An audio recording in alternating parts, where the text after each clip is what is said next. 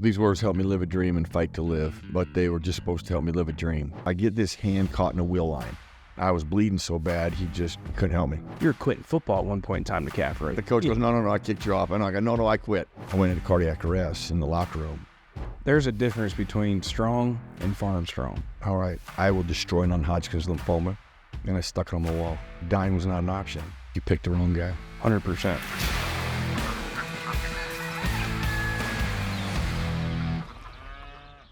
Hey y'all, it's Pat. Welcome to another episode of Like a Farmer, powered by my friends over at Ag America. Before I introduce you to my special guest today, continue to listen on Apple Music, Spotify, however you're listening to me, and follow us on socials, and continue to follow me on this journey to support our farmers. With that being said, I want to introduce my guest today, Mr. Merril Hoge. Merril, thanks for coming on the show today. Pat, it's good to be here, brother. We've got to hang out a couple of times, and there's multiple reasons why you're on this show today. I mean, number one, you've got agriculture in the blood, and I'm excited to talk about that. Very much so. One of the main reasons I started this show is to highlight the farmer, and especially the adversity that they face every single day. That's something that you face too, and your whole span you face adversity, whether it's professionally or personally, so I'm excited to dig into that today. But I want to start with what you're wearing. Find a way. What does that mean to you? Well,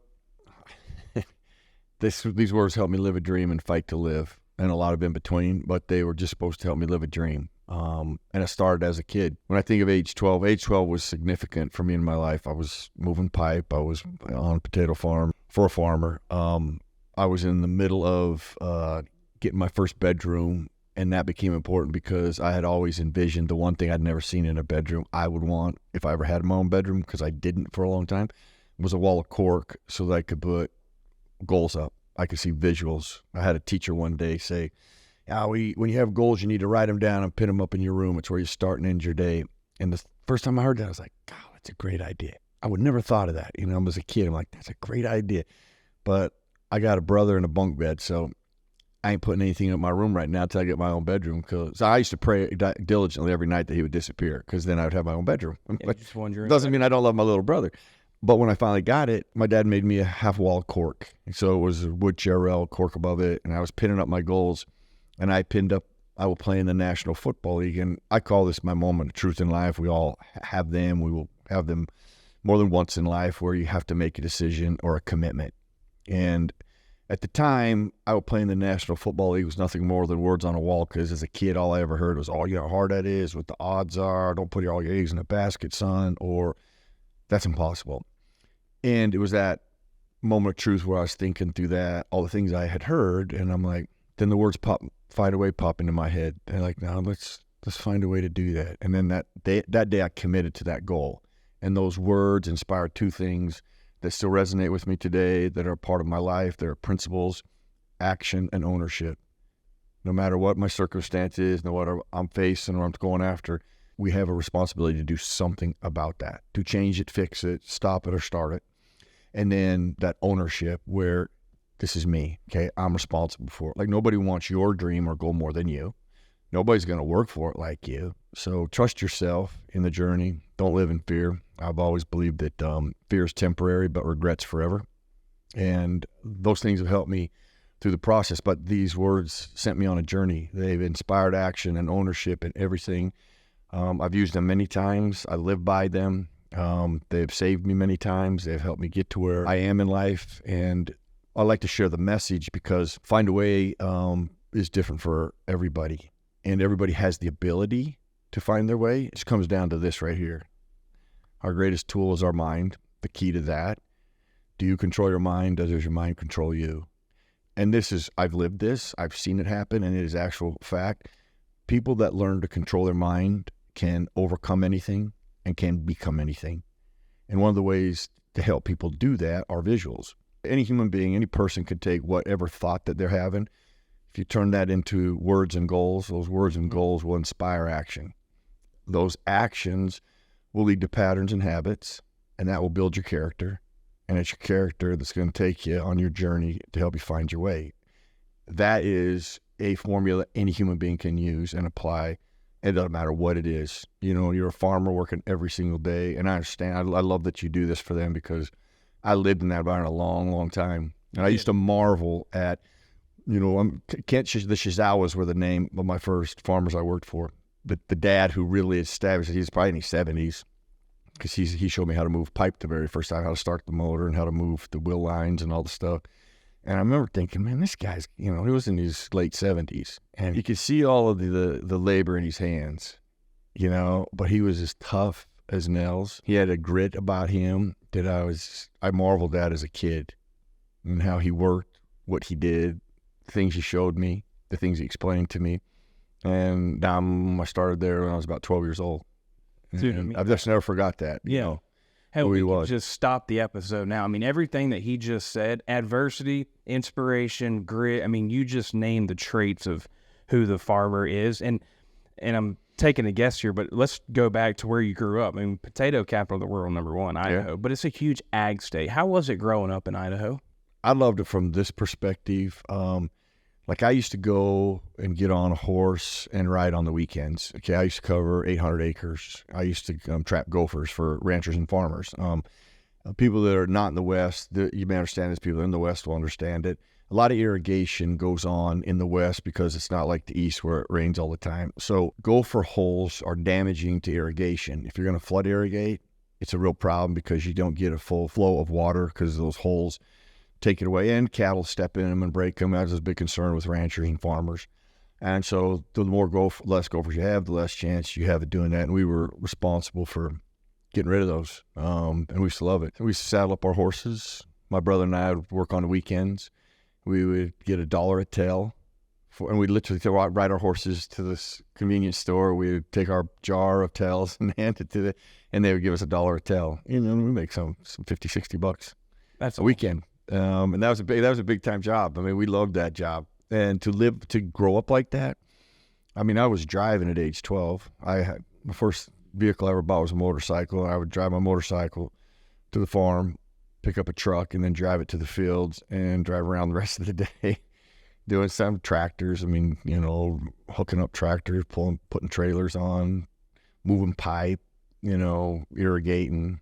So which we just doing a bunch of things. Just as a kid, I learned how to handle vehicles and be around vehicles. Like I remember when I went in to get my driver's test, I had to go to driver's training, and I got in. I put one hand on the steering wheel. I remember the head driver educator goes, "Somebody's been driving." I just gave it away because I was so comfortable, like just driving a certain way. It wasn't 10 and 2 for me. It was like he's like, "Oh, somebody's been driving." I'm like, "Oh no, I'm trying." Because I'd been driving for like 5-6 years before I went to get my license. And it's really cool to see, because I know that the lessons that you learned growing up on the farm helped for your success, especially on the football field. You talk about hard work. I mean, that's where you learned it from. Well, this hard work and being tough. I'm telling you, everybody who farms is tough. I don't care where they're at, what kind of farming they do. They're tough people. You cannot do that unless you're tough. You just can't. I mean, you become tough. I mean, you got to start it when the sun comes up. That might be around 5 a.m. You're getting ready, and you're not done now. The field's and done until it's dark. 100%. Every day. Okay, no weekends off, no Saturday, Sunday off, no vacation. We're going to take 2 weeks off. None of that. 24/7, baby. None of that. Yeah, and sometimes you can get hurt on the farm. I mean, you've got I had the finger accident. Let's see it. So I almost lost my entire hand. Now, this happened in about 77. Okay, so now think of the technology that existed in 77. I get this hand caught in a wheel line, in a cogwheel. So it's just like a bike chain. Mm-hmm. So my hand got sucked up in it. Now I have seen those get sucked up in it, and they bust. There's so much torque in them. I've never seen them stop. My hand got halfway in. In fact, I got to the point where one of two joints is going to go, either this joint, my shoulder, or my elbow. On my wrist. Something had to go because I had no other way.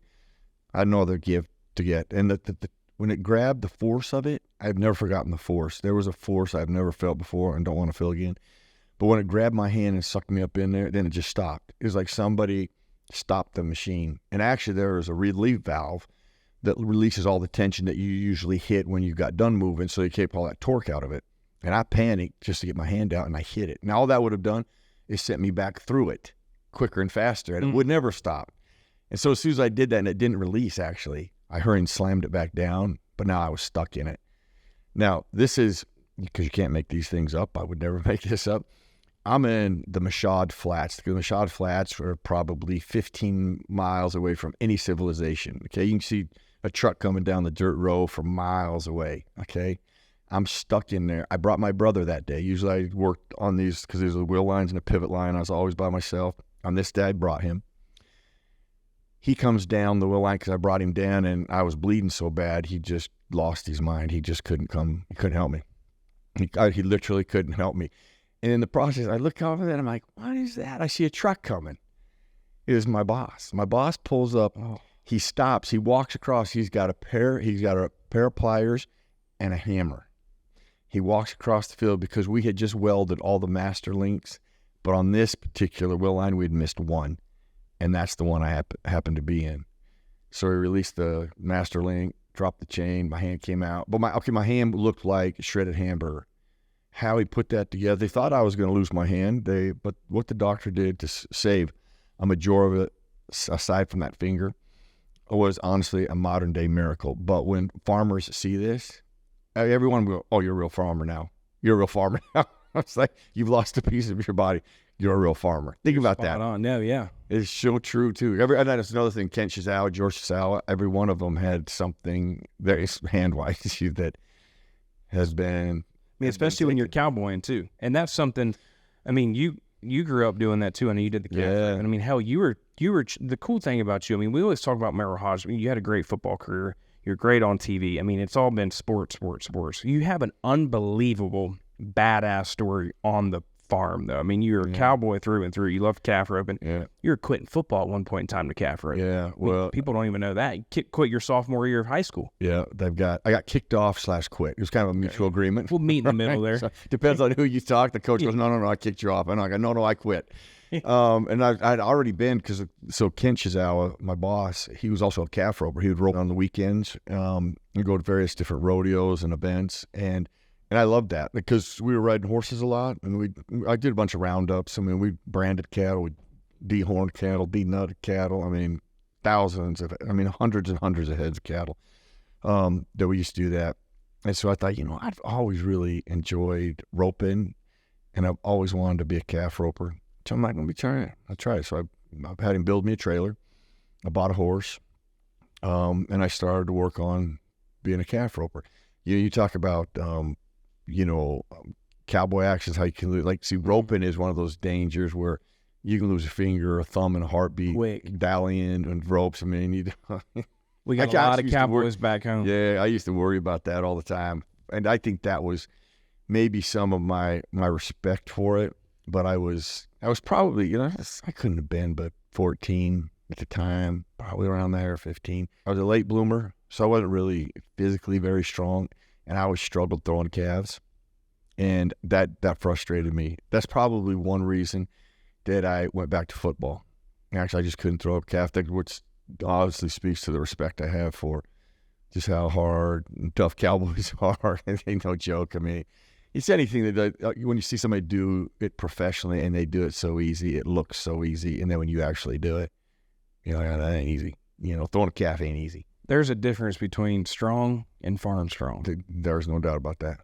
And that's just 100%. So at what point did you say, hey, I want to try this football thing out? Well, I listened my entire life. I had a dream of playing in the NFL. That's what drove me. What happened to me in that time frame of my life is I had to take ownership of where I was. I had struggled with, like, my parents, they were okay if I worked, and then I could drive if I worked. But I couldn't drive to practice because baseball was actually my best sport. But I couldn't go to baseball practice because they wouldn't give me a ride, and they wouldn't let me drive there. So I had to quit baseball. And so football was the only thing that was during school.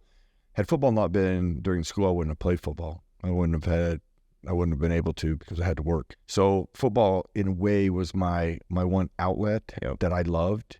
And I love the contact of it anyway. I would have went that way anyway just because I love the contact of it, where baseball was too slow for me, no contact. And that was my love. But I had run into, what's the best way to say this? I had a bad attitude. I had some bad things, didn't go my way. When I got kicked off the team, it was not about me. Everybody else did it to me. I was pointing fingers, casting blame, making excuses. That's why I know what the toxic blender is like. It's a toxic blender of disaster that has garnered no success from anybody ever, because I lived in it. And then once I realized, okay, I'm responsible to get myself out of that blender. I got myself in this, and therefore I got to get myself out. And I made that 180.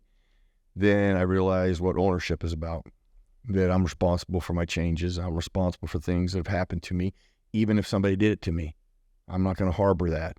I'm going to change things, break chains, end cycles, and create a new path.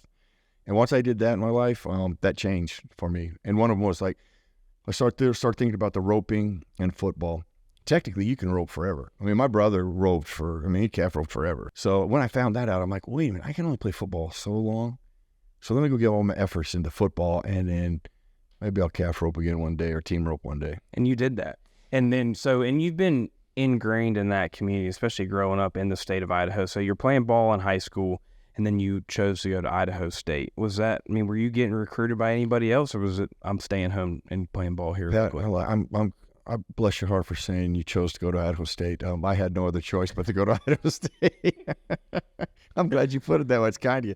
I had one scholarship offer. It was Idaho State. It was Idaho State. And I was their third selection, too. I wasn't even their first. The other two selected to go. One went to Washington, and I think the other one went to BYU. And so I was left with the scholarship. Or I wouldn't have got a scholarship. So I got one offer. But you know what? It actually worked for me, because my objective in college, or to go to college, was I wanted to play. I didn't care where I went. It didn't matter where I went. I just wanted to play, because I knew that was the best chance for me to get to my next step of playing in the NFL. You got to play. So Idaho State gave me a chance to play. And you played good there. I mean, you got it done. Well, I started as a freshman. Then I got hurt, and I missed the last, 45 games. And then from my sophomore year to my NFL career, I played 13 straight years, never missed a practice, never missed a game. And this is what's so interesting. Like you grew up, and I'm not, when I say this, I'm not calling you this old guy, right? But everything has changed, especially in college football. Tell me your kind of thoughts and opinions on modern day college football. I mean, whether it's the multi-team playoff now, or NIL is a huge thing, the transfer portal. I mean, what if you had a platform to say, hey, this is what college football is? I mean, what would you say? Well, college football has always been, there's a great pageantry to college football that I think that's what people gravitate towards, and they love the tradition of college football. I envision that as being ruined and will no longer exist in 5 years.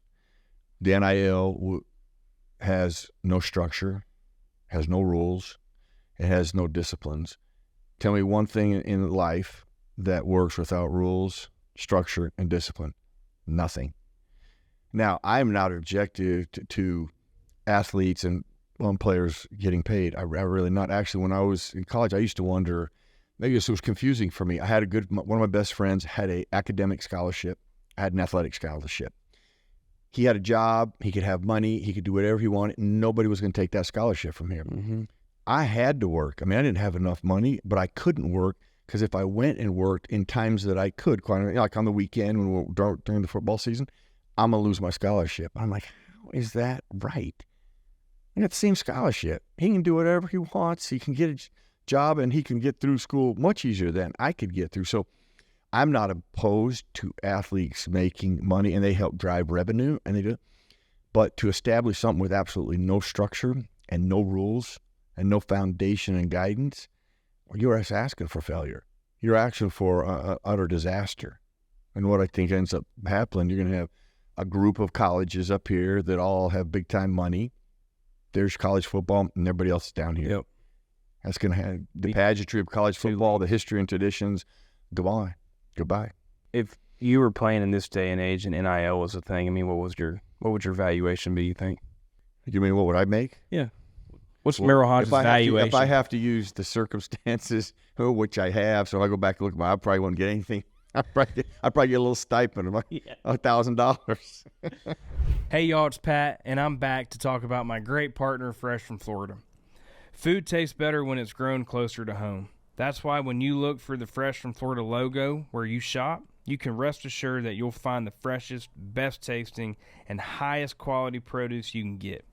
in the field one day and at the store the next, Fresh from Florida produce goes directly from Florida farmers to you. And right now, sweet Florida watermelon, crunchy Florida sweet corn, and juicy Florida tomatoes are all in peak season, which means they're at peak perfection with flavors as vibrant as Florida's landscape. So if you want to step up your summer recipe with maybe a Florida watermelon and mozzarella salad, or maybe you're ready to fire up the grill, throw some of that sweet corn on it, or maybe you're looking for something simple like a cheesy baked Florida tomato, which is my favorite, with a little bit extra cheese, obviously. Go to freshfromflorida.com to get free and delicious recipes like these. And while you're there, you might as well check out to see what else is in season and see how you can support our Fresh from Florida farmers. And as always, don't forget, there is sunshine in every bite. Hey y'all, it's Pat, and I'm here to talk about one of my favorite companies in the world, Ag America. Ag America is your go-to financial partner for all things agriculture. As the largest independent financial firm dedicated to rural America, Ag America is changing the game of ag lending and leveling up financing options for farmers, ranchers, and landowners all across the nation. And I'll let you in on a little secret. The thing that sets this company apart from the rest is the people. They understand firsthand the unique needs of American farmers and ranchers because many of them grew up on farms themselves. They take a farmer-focused approach to finance, prioritizing relationships over transactions to help you build a stronger financial foundation for not only yourself, but for your family. So whether you're looking to buy land or secure working capital, Ag America has your back. Visit agamerica.com today to learn more and see how they can help you achieve long-term financial success. Because don't ever forget, when farmers thrive, we all do. Merril, I keep on saying this, and it was so cool to get to know you over these past couple of days. But adversity, I keep going back to this because I love just sitting down and listening to you talk. I think you're so knowledgeable, especially on the inspirational side, and not even sports, right? I mean, we can all sit here and say, hey, you're great. You're one of the best when it comes to breaking down any type of position player in the National Football League. But adversity is something that you continue to be vocal about. And like even in college, I mean, at 19 years old, your mother passes away, and you've been vocal about that. I mean, how do you still lock in and say, hey, this is what I want to do in life after? I mean, I'm a mama's boy. I mean, I don't. Right. Well, listen, I say this every time I speak, and I'd like to be able to say it at any moment because it is true. I'm a product of a lot of people.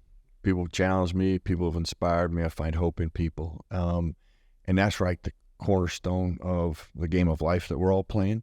So in moments like this, I like to share messages that somebody might be able to take and use and apply to their life, because I've had so many people, like a Walter Payton. I'll give you a story of Walter Payton, who I idolized as a kid. I wanted to be like Walter Payton. Anything he said, done, or will do, man, I wanted to hear about it, to find out, what makes him great. And is there something he does that I could apply to my life? And I remember he was putting out a tape called Winning in Life. He just become the all-time leading rusher in the National Football League. I heard about the tape. He's going to talk about three things: family life, charity work, and how he trains. Well, I'm a kid. I'm like, I don't care about the other two, but I care about how he trains. I can't wait to get the tape. I get the tape. I plug it in. I didn't realize there's an interview process. But the first question the interviewer asks him, what makes you better than everybody else? I'm like, oh my gosh. Like, if I had that chance, that's what I would want to know. Now, I don't just assume everybody knows who Walter Payton is, so I like to share this about him. Mm-hmm. This was always said about Walter Payton. He's not the biggest. He's not the strongest. He's not even the fastest. He's just the best. Now, as a kid, that is confusing. I'm like, wait a minute. Everybody bigger, stronger, faster than me that is always better than me. How can you be the best in the world and beat the best in the world? How is that? After he was asked, what makes you better than everybody else, he said something as profound as I've ever heard a human being say it, and I've never forgot it. In fact, I made it a part of my makeup. He's like, I want it more than they do. Every day of the week. On Monday, Tuesday, Wednesday, Thursday, Friday, and Saturday in the off season, when I go run that hill at 7 o'clock in the morning, I want it more than they do. In the off season, there's not 65,000 fans in the stands watching me practice. I want it more than they do Monday, Tuesday, Wednesday, Thursday, Friday, and Saturday. Then Sunday at 1 o'clock when you get to see me, you better believe I want it more than they do. Man, I hit pause on that. Okay, that is a mindset. That is an absolute choice. That is a relentless commitment to whatever your craft, your profession, or your love is every day. You will be committed to whatever work, whatever action is going to require to get you to where you want to go. Not when it's convenient for you, not when it works for you, every single day. Okay, let's go back to farming.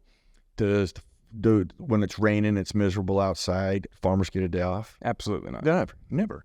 There's no day off. There's nothing they can go, man, can't do it today. We don't have to work today. We'll do it tomorrow. Every day. That's a mindset that anybody can develop. See, that's not a gift. That is a choice. There's a pattern and that is a habit that can be developed by any human being towards anything in their life. And when a person learns to control their mind, you can overcome or become anything. And once you do that just once in your life, well, then it's a tool for life. Then you can apply it to anything.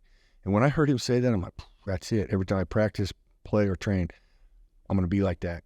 Because there's all kinds of days you're like, man, I'm sore. Man, I don't, And that's the day that you have to plow through those arduous days. And when you learn to plow through those days, all of a sudden the road becomes smoother. Those tough days, they're not as hard because you learn to plow through them and you develop that mindset and it becomes a powerful tool for you.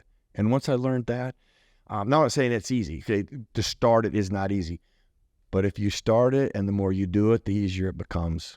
And once I was able to establish that and it became an asset in my life, and it's been the difference in a lot of things I've had to compete against. It's gotten me to the top, and it will help other people. It might be the difference between you and your competitor, that particular mindset. But learning that from him and to share those things, hoping that maybe somebody could take that and go, oh, I needed that today. I'm going to try that.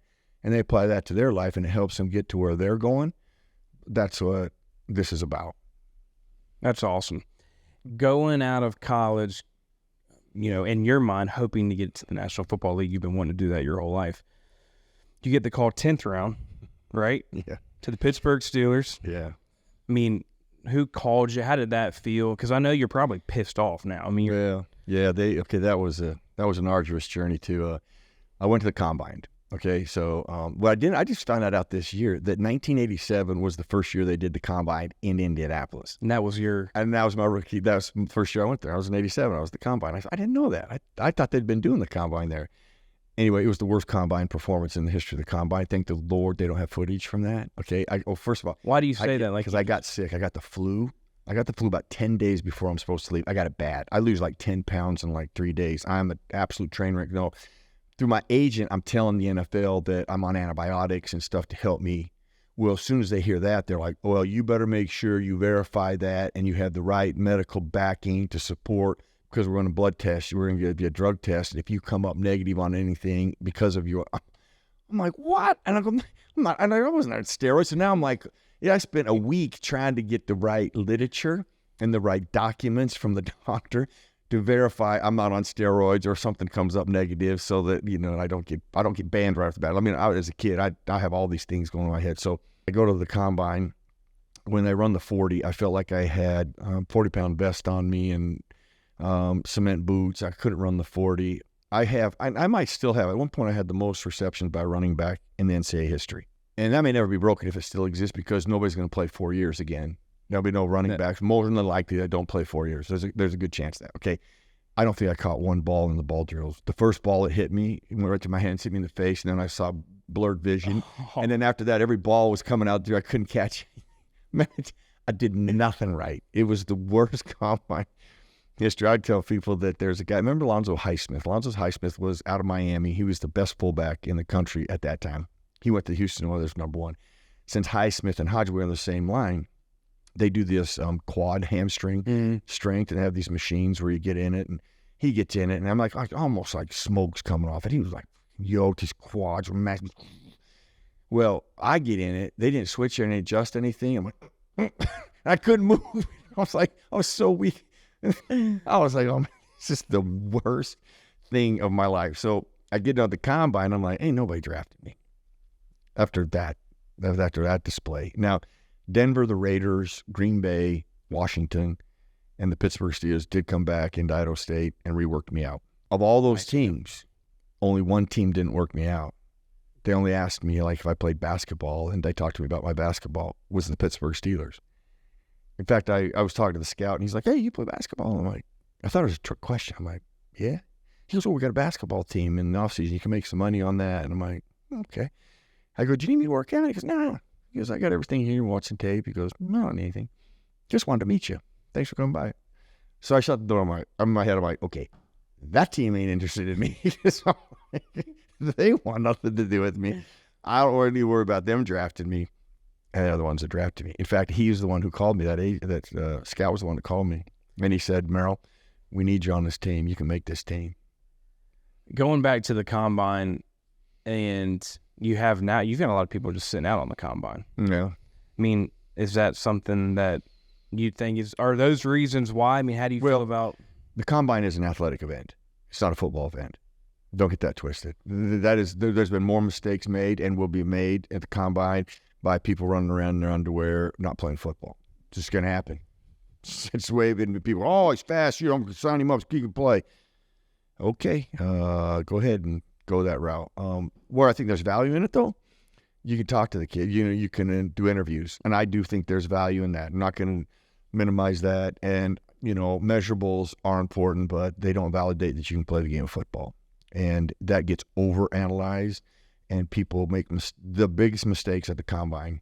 So after the combine, you get drafted by Pittsburgh, and you want to talk about motivators and just people that will make you run through a wall, or some of the coaches that were at Pittsburgh. Yeah. I mean, it was Chuck Noll, Bill Cowher. I mean, how was that? I know you've got some good stories about those guys. Yeah, well, listen, Chuck Noll is the greatest man I've ever met. He's the greatest leader, greatest teacher.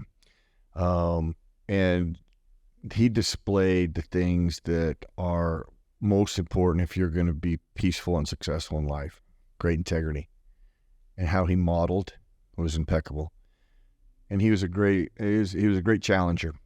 He's a great teacher and I tell people, I learned more about who I am as a person by the challenges and things he taught me about being a better person than being a better football player. He was all about your life's work, and you're going to do other things in life a lot longer than play football. And he was very adamant about that. He was sincere and genuine about it. He wanted to develop good people along with good football players. And I was 21 years old when I sat down in my first meeting, and I thank my younger self for being smart enough to know to take notes, that you're never going to run into anybody like this again. And I never have. He was, and a lot of the principles and things I have learned from him, I applied into my life still to this day. And then Cowher. Yeah, well, see, when Bill Cowher came in, Bill comes in, and we actually, as players, we kind of feel bad. We're like, gosh, damn, I'd hate to be him. You got to come after Chuck Noll. Man, how do you trump that? How do you do that? And I have all the people I know in coaching, and I know a lot of great ones. I worked with a lot of great ones, and I know a lot of coaches. I know of nobody that could have done it like Bill Cowher. Nobody. I mean, Bill was great at? Bill was Bill. And Bill had respect for Chuck Noll, but he said, here's how I'm going to do it. This is what we're going to do. He met with all of us individually, which I thought there was value in that, got to know us. And he was consistent. There's three things. Most people will kind of forget what you said. A lot of people might forget what they saw you do, but nobody will forget how they made you feel. And Bill Cowher made you feel important. Bill Cowher fought for me many times as a player, and I've never forgot that. That made me want to fight for him more. It got more out of me as a player, made me a better player, because he lived up to his word. I wanted to live up to my word and do my best for him. Very few players get to play for two Hall of Fame coaches, and I was one of them. Pittsburgh does such a great job when it comes to that. I mean, you talk about an unbelievable football city. What do you think about the current state of the Steelers right now? We got 15 quarterbacks. Yeah, I know. Well, this is where they are now from a structural perspective of how you have to win in this league. I think they're going about it in the right direction. You got a quarterback who has a lot of experience in Russell Wilson, okay? But where was Russell really his best at?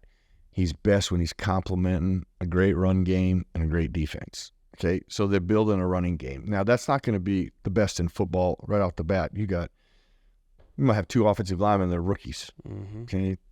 5 guys working as one doesn't just happen overnight. That's going to take some time. But their overall thought process to run the ball and then to run action, play action, boot action off of that, then you're going to get a great compliment.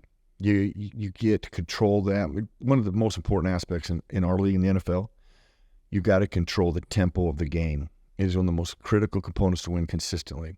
Best way to do that is when you run the football, you control the environment, you control the opponent, and you set your quarterback up and your entire team for success.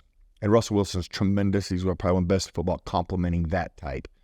Russell Wilson is not, let's spread five wides and throw it all over the place. That's not Russell Wilson. Yeah. Russell Wilson thinks that's Russell Wilson, but that's not Russell Wilson. He's not Peyton Manning. He's not Josh Allen. He's not Ben Roethlisberger. He is who he is. He's a great complement of that, and that's what they're going back to. It's also a great way to develop a guy. So you got a young kid, Fields coming out of Chicago. When he came out of Ohio State, he was raw. And then he got robbed because you switch coordinators every year for 3 years with him. And Justin Fields, that's the last thing he needed.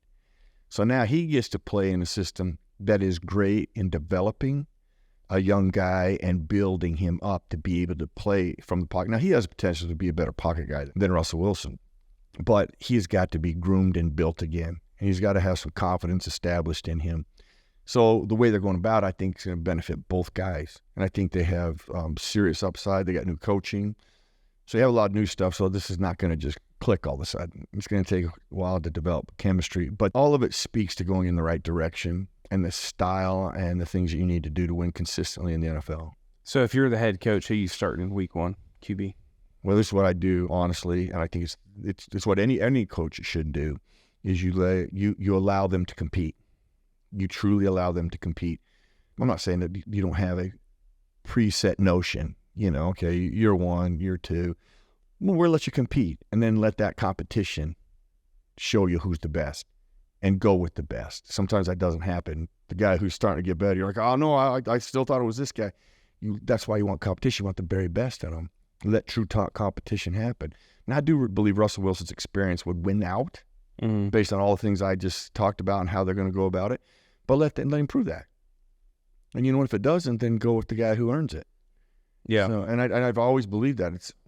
Russell Wilson walked into that environment in Seattle. When he went to Seattle, 3rd-round draft pick, they just got the kid from Green Bay, paid him a ton of money, but they let him compete. And who wins the job at the end of the year? Russell Wilson. At the end of training camp. That's true. Because they let him compete. So I just think that in this scenario, a fair evaluation, let him compete. You're going to get the best out of Russell Wilson, and you're going to get the best out of Fields. Steel City. I love that. Yeah. And then after Pittsburgh, you played the stint in Chicago. Yeah. And that came to an abrupt halt. Yeah. Well, my career ended because of improper care, head trauma. People will say, in the media, they say, well, concussion ended his career. No, it did not. The Monday night game in Kansas City, I had my first head trauma, okay? I played after that, so that did not end my career. What ended my career is somebody allowing me to return to play too soon without properly evaluating me before I played. That ended my career. And what most people don't realize in my career is that when I left that game in Buffalo, we were playing the Buffalo Bills on that day, is I went into cardiac arrest in the locker room.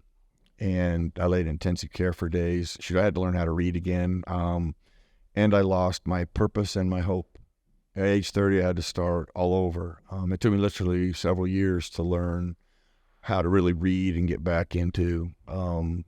Even looking at, like on my checkbook, you talked about, it was emotionally, it was one of the darkest places I've ever been. I was as empty and dark as you could be, laying on a couch, feeling sorry for myself every day.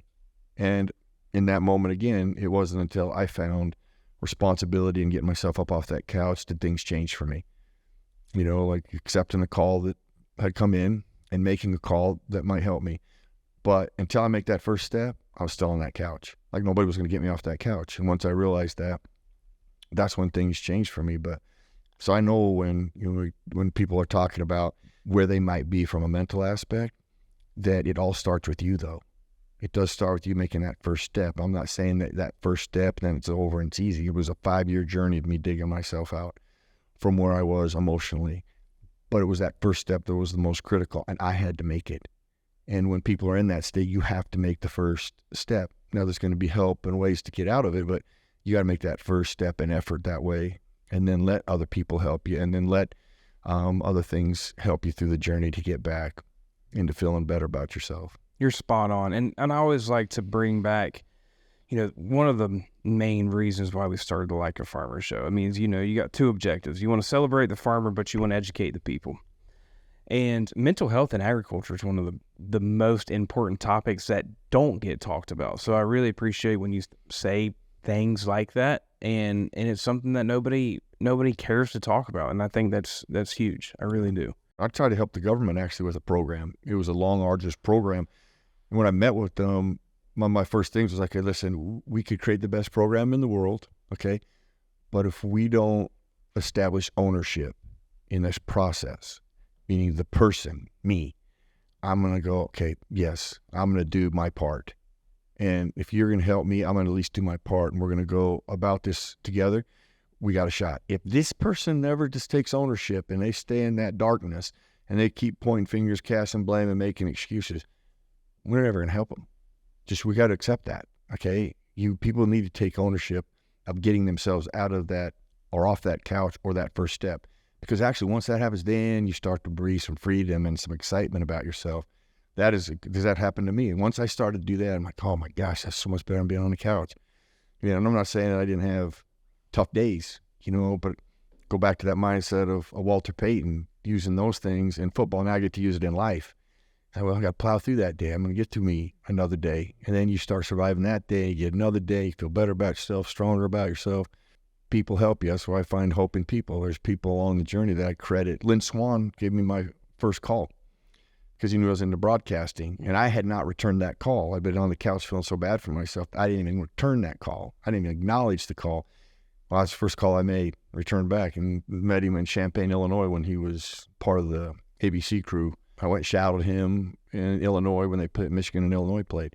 And that was kind of started my broadcasting career. But anyway, now people helping me, but I had to do the initial step of getting off the couch, making the call, and then people help me. Find a way. We'd like to take a minute to talk about Blue Otter sunglasses. Blue Otter sunglasses are the shades of choice for country superstars like Luke Combs, Cody Johnson, Riley Green, and Hardy. With Carl Zeiss scratch-resistant lenses, Blue Otter has partnered with Ag America to create the Like a Farmer frames, which benefit farmers and ranchers in rural communities. 10% of each purchase of the Like a Farmer Blue Otter sunglasses goes to Ag America Giving. Go to blueotterpolarized.com and search Like a Farmer. You can also go to likeafarmer.com and click on merch. I'm excited to talk about the broadcasting too, but first, I want to play a game called This or That, presented by Ag America. Presenting sponsor of the show, love Ag America over there, and you want to talk about a company that's been for the farmers since day one, celebrating them on the good times, helping them on the bad times. I mean, it's been Ag America. So everything that you're saying here resonates with that whole company and the culture that they bring to the farming community. So love that you're saying that. This or that, I'm going to ask you, would you rather have this or that? And you just have to choose. First one, we've talked about them just recently, Chuck Noll or Bill Cowher. You got to choose one. Who you going with? Gosh, damn. Chuck Noll.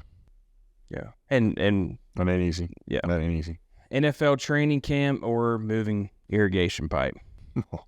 NFL training camp all day, 5 days a week, you name it. Yes. Would you rather do broadcasting or inspirational speaking? Inspirational speaking. Why is that? It is probably the most moving thing I've ever done in my life, where you can actually help people. You can give people inspiration, and then they take that and motivate themselves. But if you can give them that spark they need, you can give them that little something, like the challenge from a Chuck Noll, the knowledge I got from a Walter Payton, the quote I got from Aristotle. All that gave me a little bit of something. You can give that to somebody, and they're like, I needed that. I'm going to take that. I'm going to help it on, and that's going to help me find my way. There's no touchdown I've had that makes me feel that good. Yeah. And last one, just most recently on the draft, I'll give you three choices. You got to tell me who you're going with. Why do I have an idea? Go ahead. Caleb Williams, Drake Maye, or Jaden Daniels, the top 3 quarterbacks? Well, I would take Jaden Daniels. That's not that hard. Why do you? I mean, and you're one of the best at breaking down players. So why Jaden? Well, listen, none of these guys are like a C.J. Stroud who just came out the year before, or Joe Burrow. Okay, we just use somebody within a scope of the last 5 years of people who've been able to transition. And I'm not going to get into what allowed them to transition like they did versus these other 3 that you just mentioned aren't even close to a C.J. Stroud or Joe Burrow. But the one guy that is probably the closest is Jaden Daniels. His skill set from college and his ability to transition to the NFL. Now there's a whole bunch of variables that are going to come into play.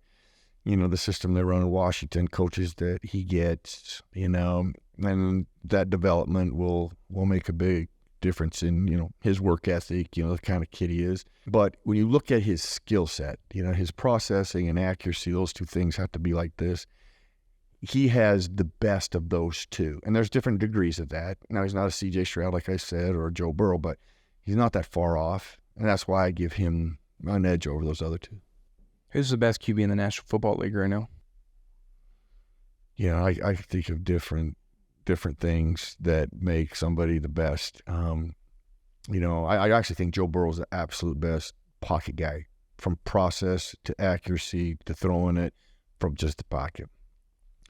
Now, when you start talking outside those realms, you know, you can't ignore a Josh Allen and a Patrick Mahomes, you know.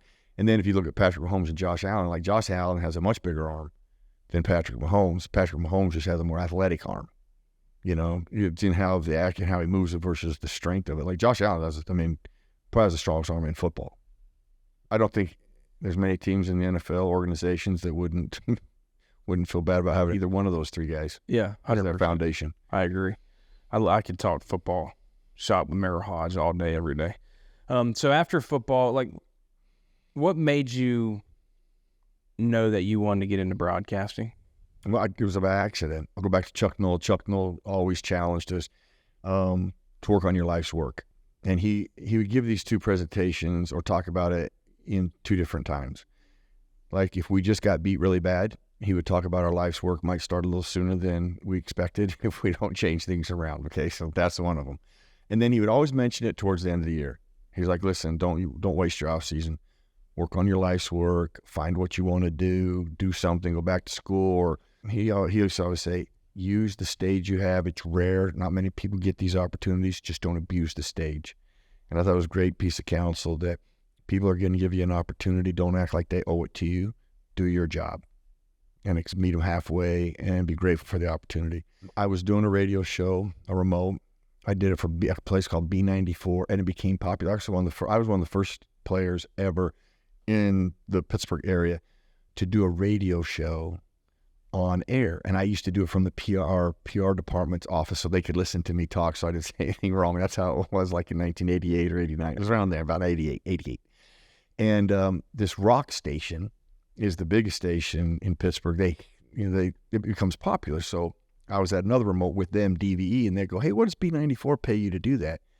I'm dumb, not stupid. I just was paused long enough because they didn't pay me anything. And they go, hey, wonder if we paid you $10,000. I'm like, yeah, it's a great idea, right? And they go, but we have one stipulation. We want you to come into the studio. And I'm like, on a Monday. This is after a Sunday game. I got to be down in the stadium by 8 o'clock. I'm already getting up at like almost 7. Now I got to get up at 6 because they want me in the studio at 7. And all I'm thinking, I was, oh man, you know what I feel like on Mondays? I don't want to go to the studio. But I was on my way there. I will give it that. So I was living here. I had to go to the Fort Pitt Tunnel, but DVE's right there. And then I remember Chuck Noll's voice in my head, do your part, use the stage, don't abuse the stage. I'm like, all right, I'll do it. I'd never been into a studio. I'd never seen one. I opened the door. And I'm telling you, I still remember when I opened the door first time, it was like, boom. It just grasped me. It just like sucked me in. It was the coolest thing I'd ever seen. I had all these mics and I was like, oh my gosh, this is cool. I could not get over how excited I was to be in the studio. I'm like, this is what I want to do. And so I started doing radio shows with them. When I went to Chicago, part of my deal was I had a CBS deal. I did pregame and postgame, and I did a 2-hour Monday night radio show at Walter Payton's restaurant. as part of my package when I went to Chicago because I'd been working on my broadcasting over the last 8-9 years. And so it started to evolve. So I stumbled into it by the journey and challenge of doing something about your circumstance. Because I think we all know what the results are if you do nothing. Well, doing something, you're either going to get to where you're going or you're going to stumble across something you never saw coming. I stumbled across something I never saw coming because I was doing my part. I love that. And how'd you end up at ESPN? Well, when my career ended, actually the guy who gave me my broadcasting start was Mr. Rooney. I was the first broadcaster player in the booth for the Pittsburgh Steelers. It was not Tunchilkin. A lot of people think it's Tunchilkin. It was me, Myron Cope, and Bill Hillgrove. I did that for a year and a half. And in the process, do you remember a guy named Roger Craig, Pony Express? He was a good friend of mine, and he had some relationships with ESPN. And they just launched ESPN2. They came in and interviewed me, and they hired me to launch ESPN2 and launch college football. And about a year into that, Sean Gale, who was a teammate of mine in Chicago, was doing the matchup show, decides he doesn't want to do the matchup show anymore about 3 weeks into the season. So I was the only one with NFL experience that they could move out of college into the NFL, and I became full-time at ESPN. And then, so now you're at ESPN, and let's just back up because we talked about it. So in college, and it's all adversity. I mean, this is I love that you came on the show today, but you think about adversity. So college, hey, you lose your mother. Football, you go to Chicago, and you have the adversity you had to face there. And then now, 2003, you're at ESPN, and you get diagnosed with the non-hodgkin, correct? Yeah. I mean, like, at what point did you know that was coming? Like on the symptoms, or did it just happen? Or I will tell you this: that I don't think I've never been quite articulate enough to describe the emotions of that day. I call them the dark days of diagnosis, because hearing you have cancer and you have a 3-pound tumor in your lower back, and you're going to have to go through brutal chemotherapy, and I can't guarantee it's going to work. That's devastating enough. But then all of the things that come after that, it just gets worse and worse in a lot of cases. You have to go get the cell type. Then you have to decide what kind of treatment. And then they give you the percentages of that treatment working for you. And I had a scenario of doom presented to me. And these words right here again are actually sent to me in a challenge with my daughter. Because actually right after I got off the phone, they called me on Valentine's Day, and my doctor said, "Hey, Merril, listen, you got a 3-pound tumor in your lower back. It's malignant." He goes, ironically, it's the size and shape of a football. He said, "But you're going to have to go through brutal chemotherapy." He said, "You'll be sick. You're going to be tired." He said, "Anywhere from 14, 17 days after your first treatment, you're going to start losing your hair. You might want to think about shaving your head." And he said, "The last thing I have to share, I hate to say it, but I have to." He goes, "I can't guarantee what we're going to do will work for you." And he hung the phone up. And the only two things I could think of were chemotherapy and dying. I was overwhelmed by it. I was consumed by it. So I thought I should share with my kids, because they're not used to me being sick and bald laying on a couch. I thought I'd better get ahead of that. So I shared that with them. And then I went right back to that darkness of chemotherapy and dying. And I didn't realize my daughter had worked her way across the room, and she'd put her little dainty arms around my neck. She's, wiggling my neck back and forth. And I finally looked at her, and she said, "Well, then you know what, Dad? You better find a way." And honestly, I'm going to tell you this, like, I actually could start crying when I think about it. Because it changed my mindset. I was like dying was not an option. Being sick and tired on the couch wasn't an option. Like, all my energy changed. I was like, I'm going to find a way. So I walk into my office, I tear down all my goals, and I write down one. All right, I will destroy non-Hodgkin's lymphoma. And I stuck it on my wall. And then I made a commitment to it. I looked at that goal, and I'm like, you picked the wrong guy. Had I not heard these words from a 9-year-old? Like, I don't know. Honestly, I don't. I was in a dark space. But it knocked me out like that. And so that's why I love these words, because they still do it for me today. They started at 12. I still live by it.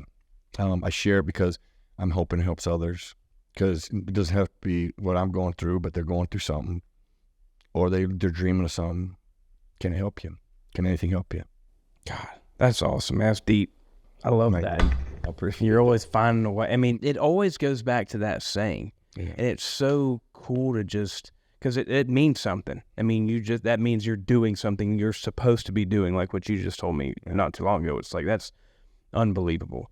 Obviously, some dark times at ESPN. You have some great times at ESPN, too. You worked with some absolute legends. I mean, that crew, you had the old school crew, I'm calling. I mean, what were some of your best memories over there? You put, 21 years over at ESPN? Listen, going through one thing I have to acknowledge, ESPN, when I had that, they would work with me every way. Yeah, they didn't make me come in. I even worked the draft. They're like, you don't have to work the draft. I'm going to work the draft. I want to keep my routine. And they were helpful with that. And from producers, Jay Rothman, who ran all of Sunday Night Football and the draft, he challenged me because I was going to wear a hat, actually, because I was bald. I was scared to death to do the draft. I was like, oh, I can't let the world know I'm bald. And I actually got a hold of Reebok, and I talked to Reebok about giving us hats for every NFL team. So what I would do is I'd wear a hat for whatever team was making a selection, so it didn't look odd. I was just promoting them. And so we have our big production meeting. This is 2 nights before the draft starts. And Jay Rothman, our producer, he said, can I do dinner with you? And I said, sure. So we're doing dinner, and a lady comes over, has the menu, gets some drinks. He sits him down. He goes, let me ask you something. He goes, what you hiding? I said, what do you mean? He goes, what you hiding? I go, what do you mean? He goes, why are you wearing the hats? I said, oh, shoot, Jay, I'm bald. I can't go on TV bald. He goes, really? He goes, well, I've been seeing you, the way you walk around here. He goes, then you're going to hide it in front of millions? Can I suggest you don't wear the hat? I was like, oh my gosh, you're right. Who am I hiding it from? So now I got a problem. Reebok's expecting me to have all these hats. Yeah. So I actually I did put the back. If you see some of the footage that exists in that draft, I have all the Reebok hats laid out up front, and I never wore my hat. But so he's one guy. I mean, Stuart Scott, when I talk about all I missed or would have missed had I not survived, Stuart Scott and I became dear friends. He hosted our matchup show. We spent a lot of time together. The thing that bonded us was we loved talking about being dads. We loved being parents. We loved our kids without end. And, when he passed, his kids, I think, were still in junior high and high school. And I think about him often in all that he has missed because I reflect on all I would have missed. And that keeps me grounded and gives me a perspective on life that I appreciate. I'd miss this. I wouldn't have been here to do this. Stuart Scott is not here to do your show next week, and I think about that. And guys like that, they're no longer around are disheartening because he was such a good human being. He was great on television. In fact, he taught me a lot about television. We used to talk about, because I didn't go into broadcasting school. I didn't get taught how to do television. I had to learn how to do it. I had good people that, Jerry Madelon, who's my first producer, he challenged me and helped me with it. So, but I would try to pick, knowledge from other people. So I used to ask Stuart, like, what is the key that you use to be great on TV? He goes, here's what I do, Merril. Let's say it's you and I on the set together, and that camera right there comes on me. He goes, it's about me. He goes, man, I'm giving everything I got. I'm like, oh, thanks. I like that. So like, he took charge, like that is like, that's a great way to think. So, and I remember Jerry Madelon, one of my producers, he's like, Merril, I watch you off the camera and you're bold and dynamic. Be bold and dynamic on television. And I'm like, so I used to write bold and dynamic down before I start every show, bold and dynamic. And what I found out to be bold and dynamic, then you need to be buttoned up and prepared. The more you're prepared, the more bold and dynamic you can be. And, from Stuart Scott, Ron Jaworski, my first show I ever did with Ron Jaworski, we went on a commercial break, and I didn't really have any information because I got brought on so late about this one matchup. And Jaws gave me like everything that I needed for the, and first of all, analysts don't do that. You get your own stuff. I'm not going to do your work for you. Man, that guy, he gave me everything I needed. And when you see Ron Jaworski and you think, okay, he was a legend. He's the legend. He's still the standard.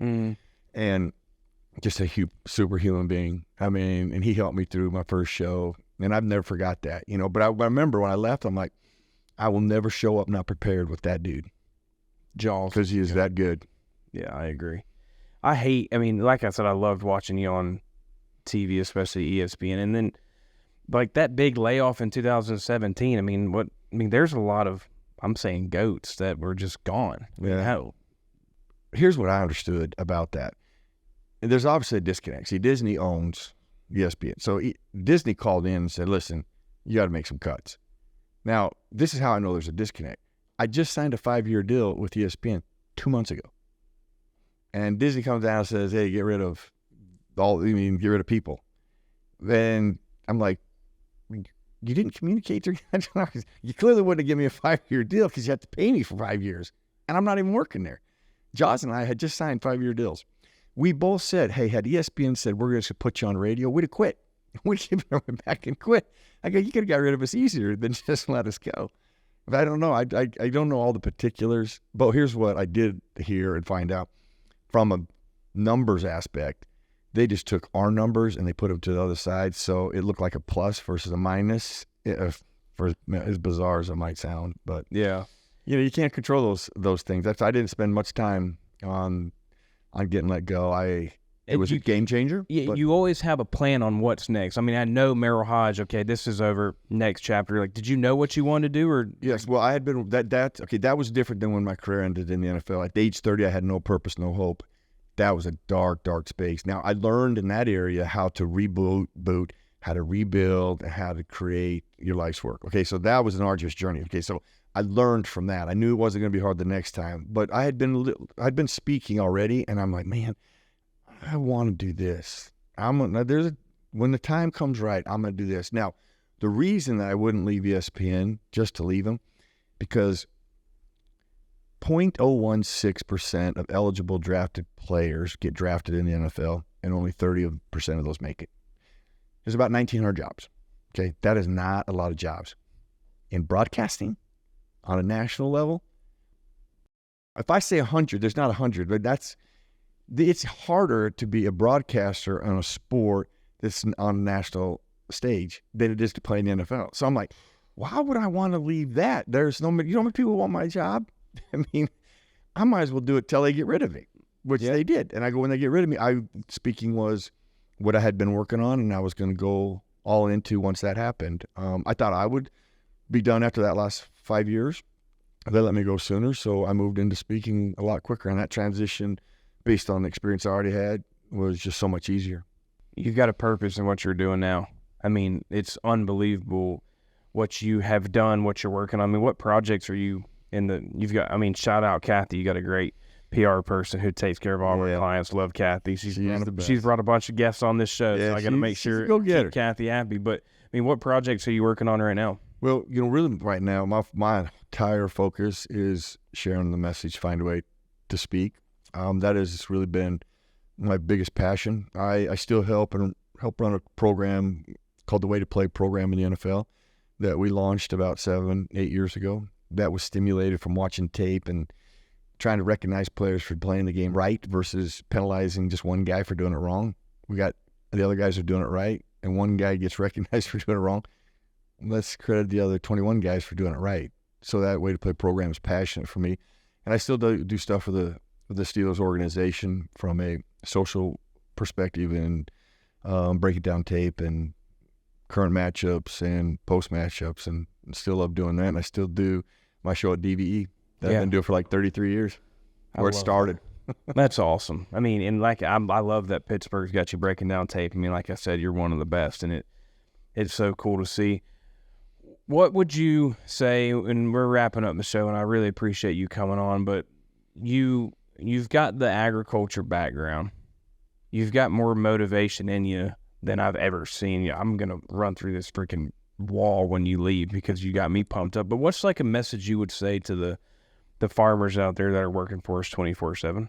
Well, if there's one thing that I would want them to know, just because you may not think that people recognize you. Like, there's not a time I don't walk in the grocery store. I always start over in the produce area, and there's not a day that I don't see what's the price of potatoes or corn that I don't think of my farming experience or the farmer right now that's provided all that. Okay, when you serve others, I don't think there's any greater thing you can do in life than when you serve others. Farmers serve others.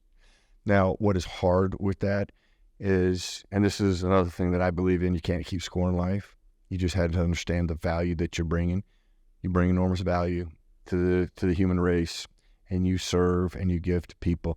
Very few people do that or will do that without keeping score, and farmers do that. Mic drop. I mean, I love it. He gets it.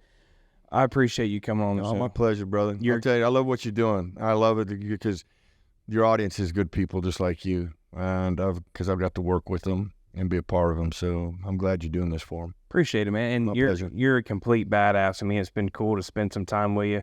Hell, even at the softball game the other day. I mean, you take care of yourself. You're probably the best shaped guy in there, right? And you're older than them. Don't get me wrong, but you keep in great. Let's not get it twisted, right? Yeah, let's not get that twisted. But you keep in great shape. You're badass, and I'm lucky enough to call you a friend now because I know if I need some motivation in life, I know who to call. And that's you holler at me anytime, brother. We'll play some golf next time too. We'll do a better job planning. We'll get on the golf course next time. You're absolutely right.